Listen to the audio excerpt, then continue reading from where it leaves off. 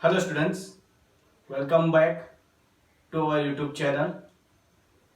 Students, आज के इस लेक्चर में हम क्लास 12th का चैप्टर नंबर 4 का एक बहुत ही इंपॉर्टेंट क्वेश्चन करने वाले हैं। क्वेश्चन है derivation of rate constant equation for first order reaction. First order reaction का मतलब है कि हमारे पास जो n की वैल्यू होगी वो होने वाली है 1 और इसके लिए हमें रेट कांस्टेंट मतलब कि k is equal to 2.303 divided by t log r0 by concentration of r0 divide by concentration of R T हमें डिराइव करना है। ये जो इक्वेशन है, यहाँ पे जो इक्वेशन मैंने लिखा हुआ है, इस इक्वेशन को हमें डिराइव करना है। ओके स्टूडेंट्स, तो देखते हैं कैसे इस इक्वेशन को हम डिराइव कर सकते हैं। मान लो कि आपके पास कोई एक जनरल केमिकल रिएक्शन दे दी गई है। कोई एक जनरल केमिकल रिएक्शन आपको दे दी गई है। मान लो कि वो है R gives P where R is your reactant। R जो है वो आपका है reactant and P is your product. Okay students, चलो तो इसके बाद हम बात करने वाले हैं कि मान लो t टेंस टू 0 सेकंड पे मतलब कि हमारा जब रिएक्शन स्टार्ट भी नहीं हुई है तब हमारे पास सिर्फ और सिर्फ कौन होते हैं, तो रिएक्टेंट होते हैं। उसके लिए मैं उसकी कंसंट्रेशन को मान लेता हूं R0 और इनिशियल टाइम पे मतलब कि t टेंस टू 0 टाइम पे हमारे पास कौन नहीं होता, तो प्रोडक्ट नहीं होती। उसके लिए हमारे पास प्रोडक्ट जो है वो नहीं होती। उसके लिए कंसंट्रेशन को मैंने मान लिया है 0 है। ओके, अब मैं मान लेता हूं कि कुछ समय के बाद मतलब कि t टेंस टू कुछ t टाइम हो गया, मतलब कि कुछ रिएक्शन हो गई है और ठीक है, उसमें से कुछ रिएक्टेंट यूज हुए और प्रोडक्ट में कन्वर्ट हो जाते हैं। तब t tends to t time पे हमारे रिएक्टेंट की कंसंट्रेशन को मैं मान लेता हूं RT। ठीक है, t tends to t time पे हमारे रिएक्टेंट की कंसंट्रेशन को मैं मान लूंगा RT। मतलब कि हमारी जो इनिशियल कंसंट्रेशन थी रिएक्टेंट की, उसमें से कुछ रिएक्टेंट यूज हो गए और प्रोडक्ट में कन्वर्ट हो गए। मैं मान लेता हूं कि वो X जितनी कंसंट्रेशन उसकी हो गई है यूज। X जितनी कंसंट्रेशन उसकी क्या हो गई है, यहाँ पे यूज हो गई है। ठीक है, अब हमें क्या करना है, हमारे पास ये जो इक्वेशन है उसके लिए हमें लिखना है रेट लॉ लिखना है। उसके लिए हमें लिखना है रेट लॉ। ठीक है, रेट लॉ कैसे लिखा जाता है, थोड़ी बहुत बात उसकी भी हम यहाँ पे करने वाले हैं। रेट लॉ मतलब क्या होता है, सिंपल सी आप बात मान लो कि समय के साथ रेट लॉ का मतलब क्या होता है, टाइम के साथ कंसंट्रेशन रिएक्टेंट और प्रोडक्ट की कंसंट्रेशन में जो चेंज आता है उसको हम कहते हैं रेट लॉ। रेट लॉ मतलब क्या होता है, तो चेंज इन कंसंट्रेशन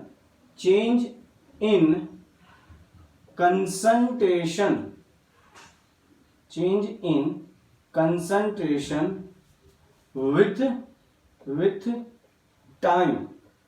टाइम के साथ कंसंट्रेशन में जो चेंज आता है। यहां पे कंसंट्रेशन जो यूज किया गया है वो रिएक्टेंट की concentration of reactant and product.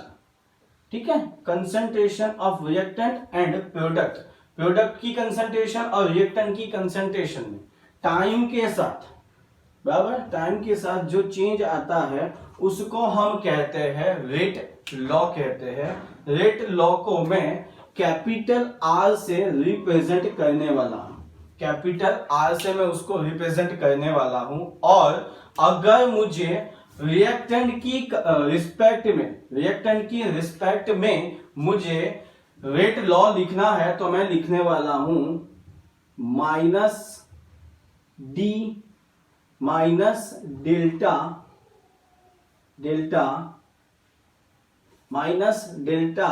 Concentration of R divide by delta T, concentration of R divide by with time. मतलब कि हमें क्या करना है, टाइम के साथ, ये डेल्टा का मतलब क्या होगा, रिएक्टेंट की कंसंट्रेशन में जो चेंज आया।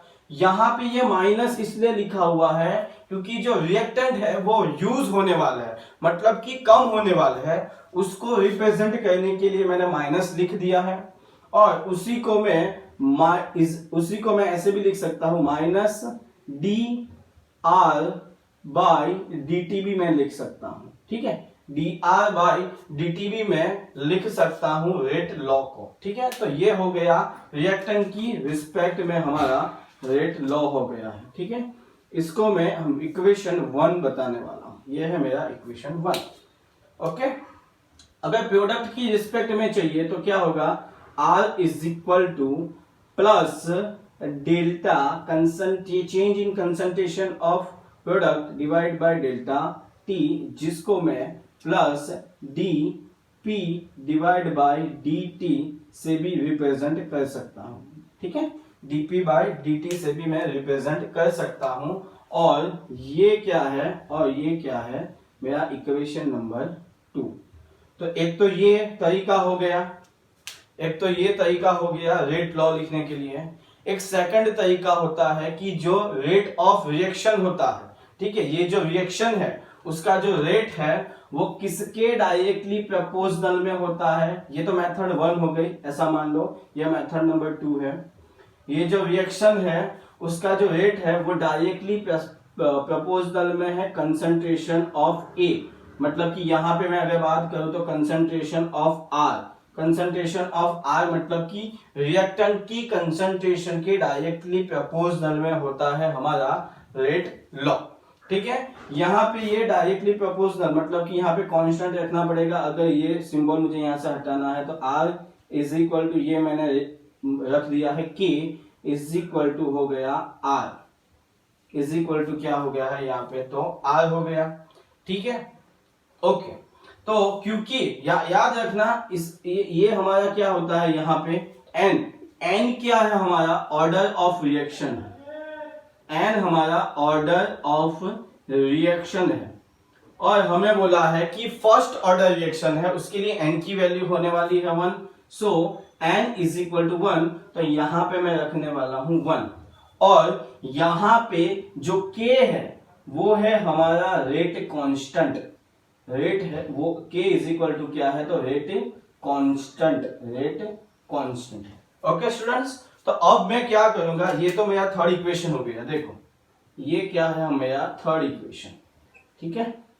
तो ये फर्स्ट सेकंड और थर्ड जो इक्वेशन जो है वो सिर्फ एक केमिकल रिएक्शन के लिए रेट देते हैं हमें। इस केमिकल रिएक्शन का रेट कितना है ये हमें इन 3 इक्वेशन से पता चलता है। तो मैं यहां पे क्या करने वाला हूं, यहां पे मैं करूंगा इक्वेशन 1 को मैं इक्वल टू बताने वाला हूं इक्वेशन 3 से, ठीक है, क्योंकि दोनों में हमें क्या बताने वाले हैं, इस केमिकल रिएक्शन के लिए रेट बताने वाला है। तो दोनों तो सेम ही हो गए, तो इसलिए मैंने लिख दिया equation 1 is equal to equation 3। अब इक्वेशन 1 क्या है हमारे पास, यहां पे minus D R by D T, यहां पे है minus D R by D T is equal to हमारे पास क्या है यहाँ पे, तो के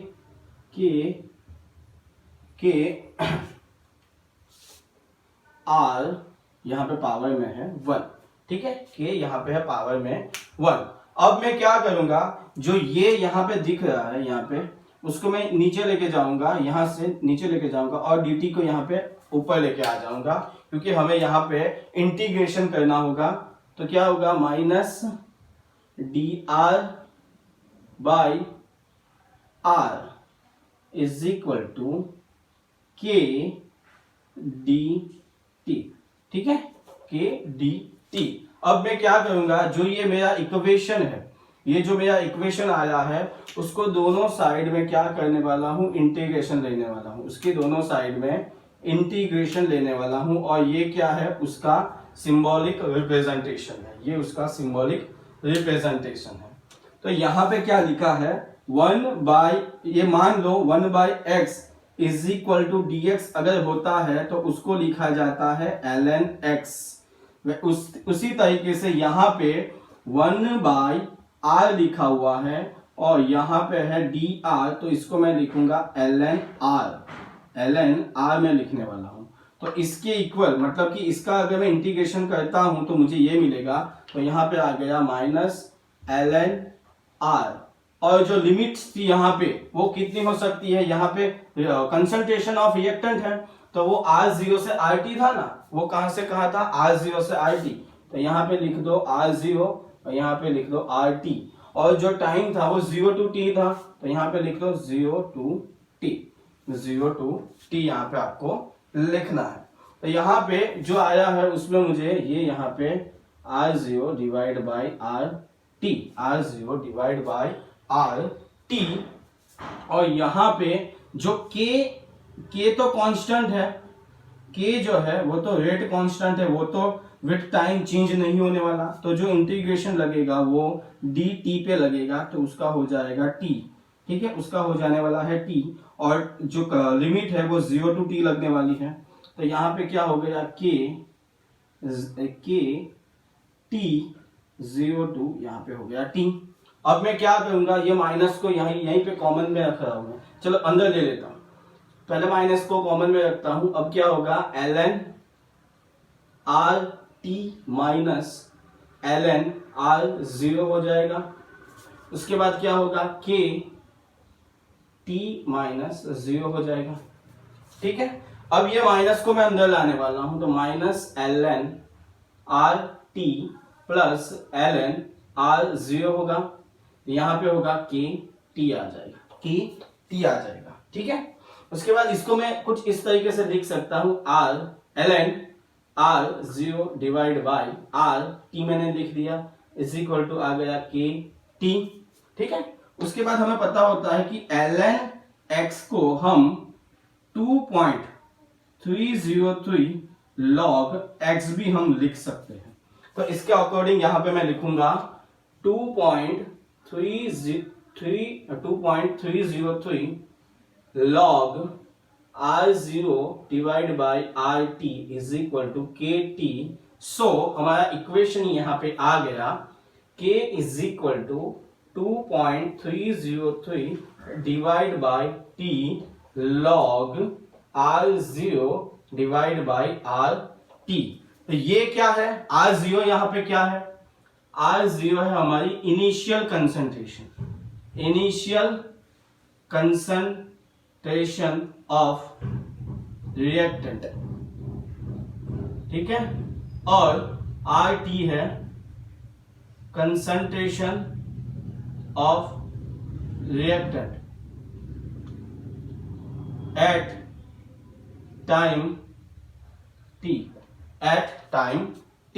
तो यहां पे हमें ये हमें ब्रैकेट में लिखना है, ये हमें कंसंट्रेशन लिखनी है, इसलिए हमें यहां पे ब्रैकेट में लिखना होगा।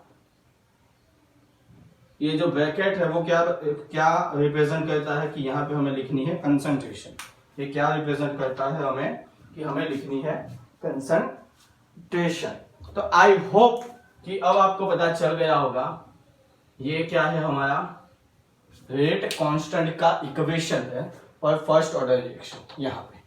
तो आई होप स्टूडेंट्स आपको अभी पता चल गया होगा कि फर्स्ट ऑर्डर रिएक्शन के लिए रेट कांस्टेंट का इक्वेशन कैसे डिराइव किया जाता है।